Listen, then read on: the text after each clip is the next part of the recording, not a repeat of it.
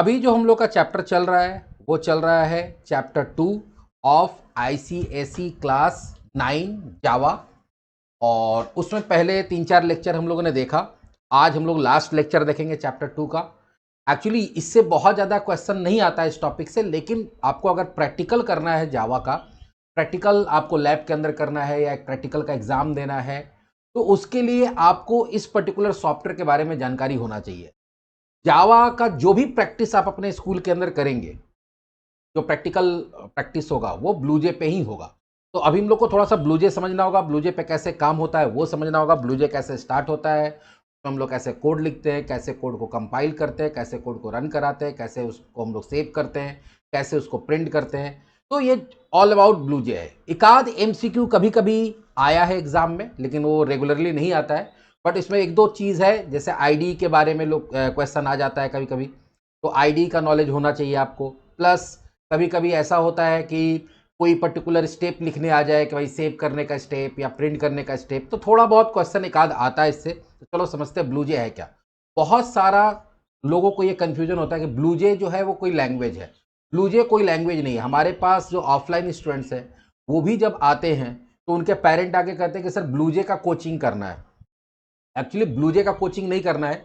BlueJ एक application है, software है, जिसके अंदर आप जावा के कोड को लिखते हैं, डिबग करते हैं और रन कराते हैं। तो ब्लूजे का एक एप्लीकेशन है। तो BlueJ is a Java development environment specifically design for teaching eight N introductory level. मतलब कोई भी ऐसा स्टूडेंट जो जावा अभी सीखना शुरू किया है, उसके पास पहले से कोई भी प्रोग्रामिंग लैंग्वेज का नॉलेज नहीं है, खास करके स्कूल लेवल के बच्चे जो होते हैं, उनके लिए एक एप्लीकेशन बनाया गया है, डेवलपमेंट एनवायरनमेंट बनाया गया है, ठीक है, जिसमें स्टूडेंट्स जावा के प्रोग्राम को रन कर सकता है easily. It was design and implemented by the BlueJ team at Monash University Melbourne and Australia and University of Southern Denmark ऑर्डेंस।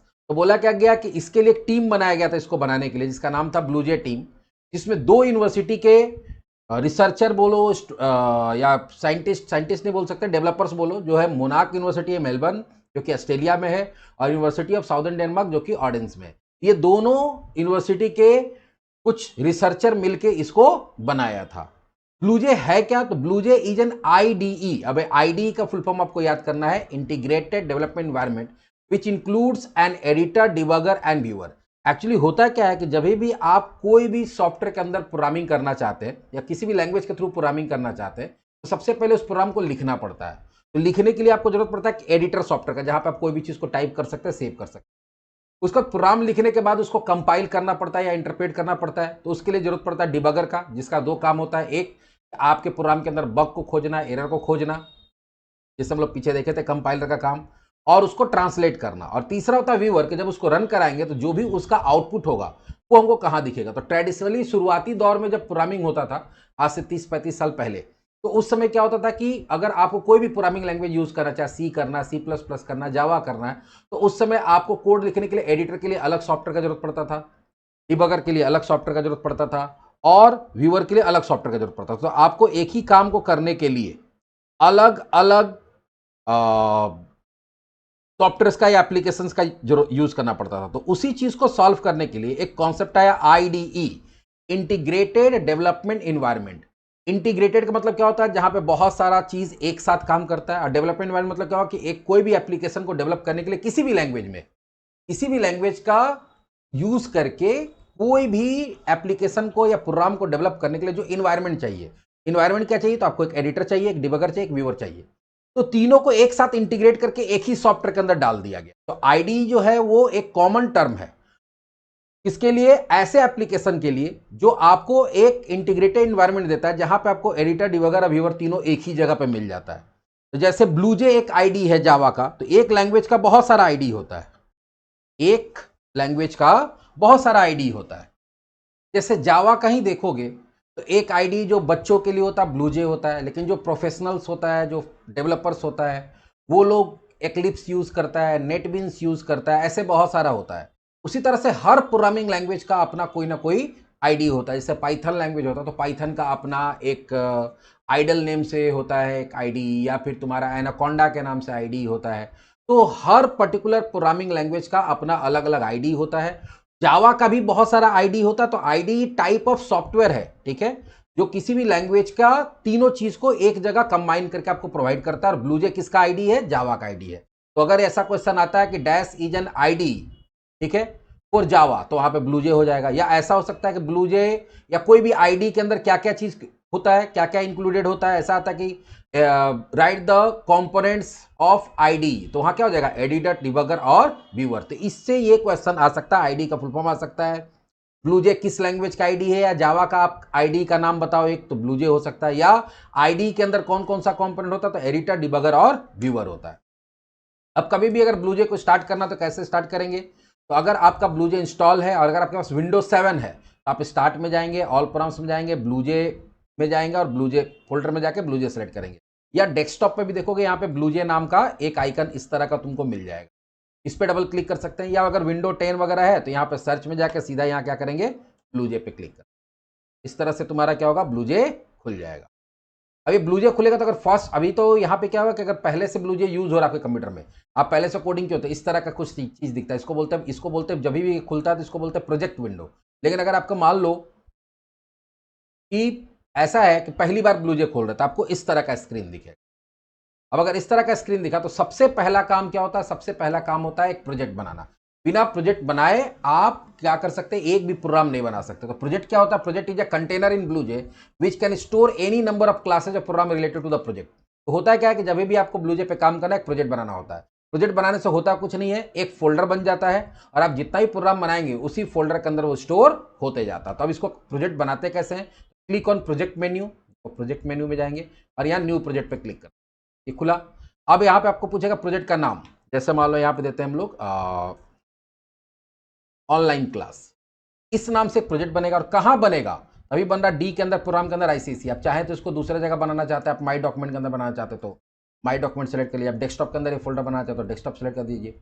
या फिर आप डी ड्राइव में बनाना चाहते हो, डी ड्राइव में सेलेक्ट डाल दीजिए। तो कहाँ पे आप ये फोल्डर बनाना चाहते हैं वो सेलेक्ट करना होगा और उसको क्या करते हैं? ओके। जैसे ही ओके करेंगे एक नया विंडो खुल जाएगा इस तरह, जिसमें न्यू क्लास और ये इस तरह का यहाँ पे कंपाइल बटन ये सब दिखने लगे।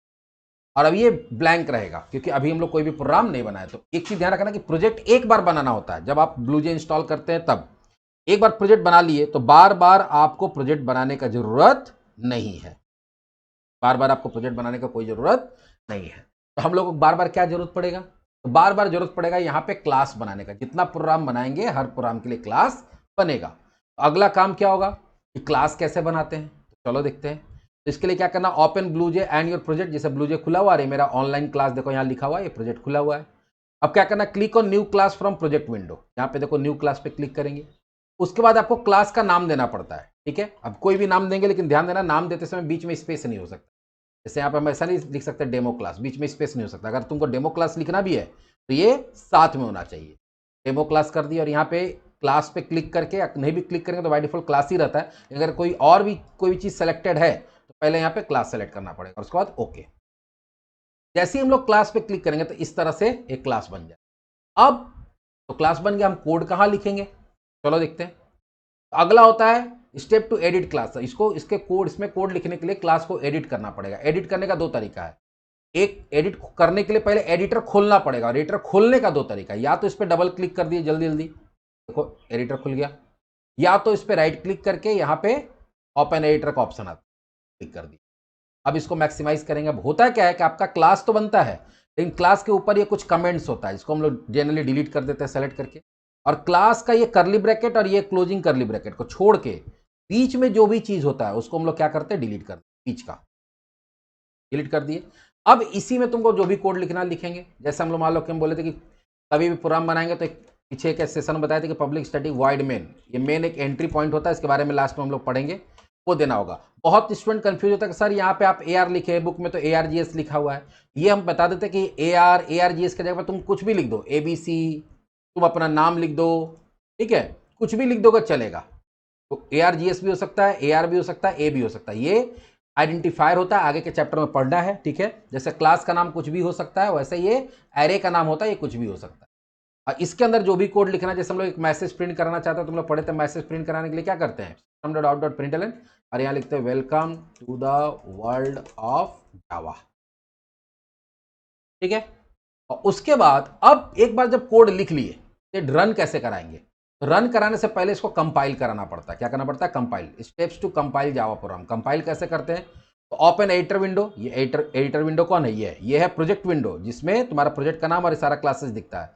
और यहां से क्लिक करके जब यहां जाएंगे जिसमें कोड लिखा रहता है, इसको क्या बोलते हैं, एडिटर विंडो। तो एडिटर विंडो खोलेंगे और यहाँ कंपाइल बटन होता है, कंपाइल बटन पर क्लिक कर, अगर यहां लिखा है class compile no syntax error, मतलब कि आपका प्रोग्राम कंपाइल हो चुका है। और अगर कोई गलती रहेगा, जैसे कहीं सेमीकोलन छोड़ दिया, फिर कंपाइल करो तो कहीं बता रहा है एरर्स, तो एरर्स जब बताएगा, तो जब तक एरर को ठीक नहीं करेंगे खोज के, तब तक वो कंपाइल नहीं होगा। फिर कंपाइल करेंगे, देखो नो आ गया।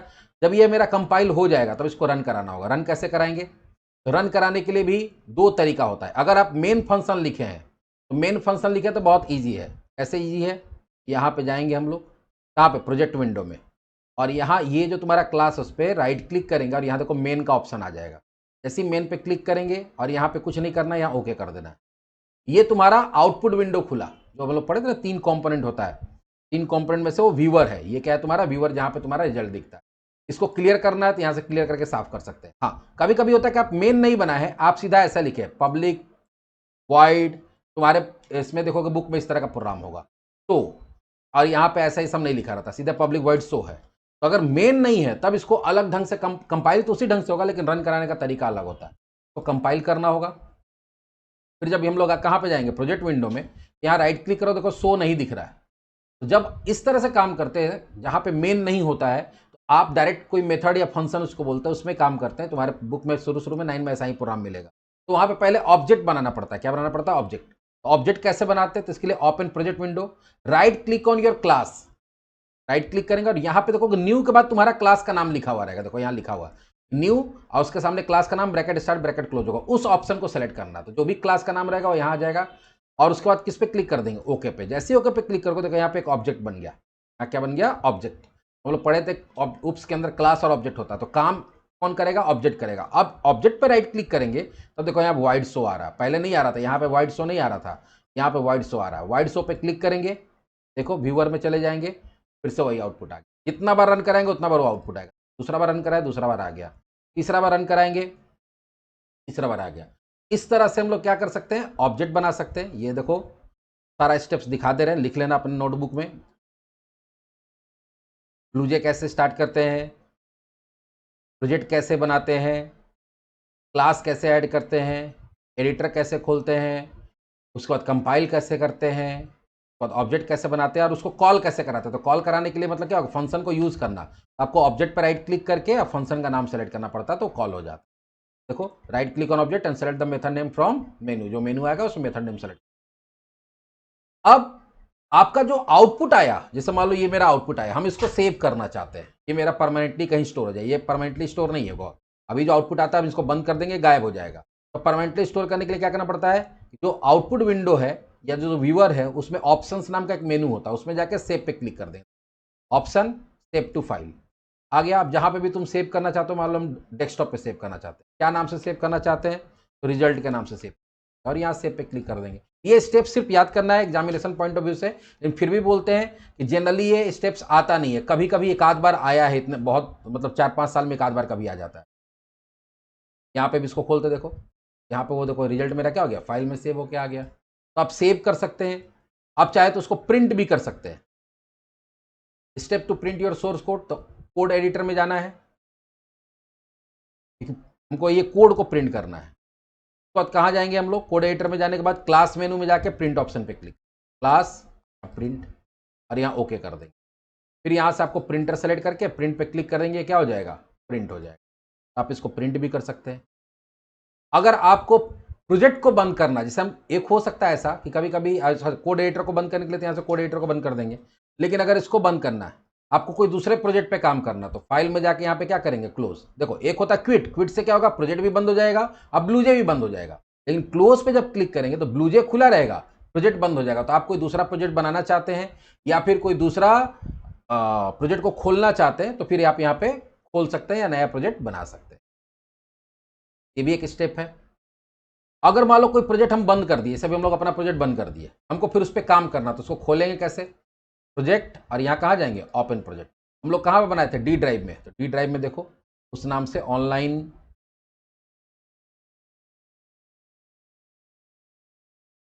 क्लास नाम से बना हुआ है, इसको सिलेक्ट करके सेलेक्ट फोल्डर कर देंगे, देखो फिर से खुल गया। या और कोई दूसरा प्रोजेक्ट खोलना है जो कहीं और है, फिर से इसको क्लोज कर देते हैं। मान लो मेरा पहले से जो प्रोजेक्ट कोई खुला हुआ था उसको खोलते हैं, तो वो मेरा बना हुआ है डी ड्राइव में प्रोग्राम्स के अंदर।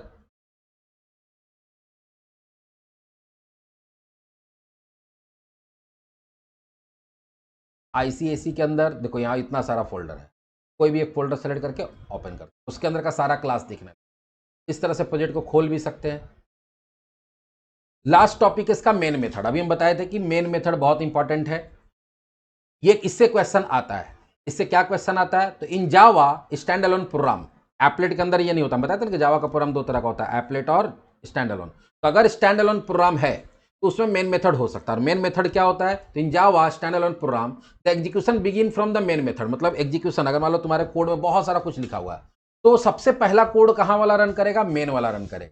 इसीलिए मेन को क्या बोला जाता है? एंट्री पॉइंट बोला जाता है। तो इसमें बस आपको यही ध्यान रखना कि अगर ऐसा एमसीक्यू आ गया कि dash is an entry point of Java, तो मेन मेथड हो जाएगा। या अगर ऐसा क्वेश्चन आता है कि the execution of Java program always begins from dash method, तो वहां क्या हो जाएगा?